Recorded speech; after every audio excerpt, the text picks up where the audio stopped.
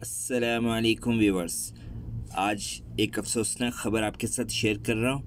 مسجد الحرام میں خطبہ جمعہ کے دوران ممبر تک پہنچنے کی کوشش، ایک شخص گرفتار۔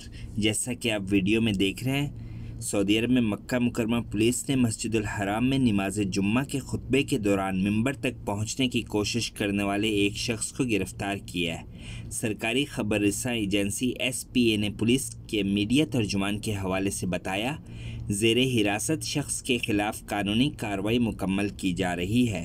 بیان میں واقعے کی کوئی تفصیل نہیں بتائی گئی۔ حرمین شریفین کے ٹویٹر اکاؤنٹ پر جاری ویڈیو کلپ میں دیکھا جا سکتا ہے کہ ایک شخص نے مطاف کے صحن میں خطبے کے دوران تیزی سے ممبر کی طرف پہنچنے کی کوشش کی ہے، تاہم وہاں تعینات سیکیورٹی اہلکاروں نے یہ کوشش فوراً ہی ناکام بنا دی اور اسے حراست میں لے لیا۔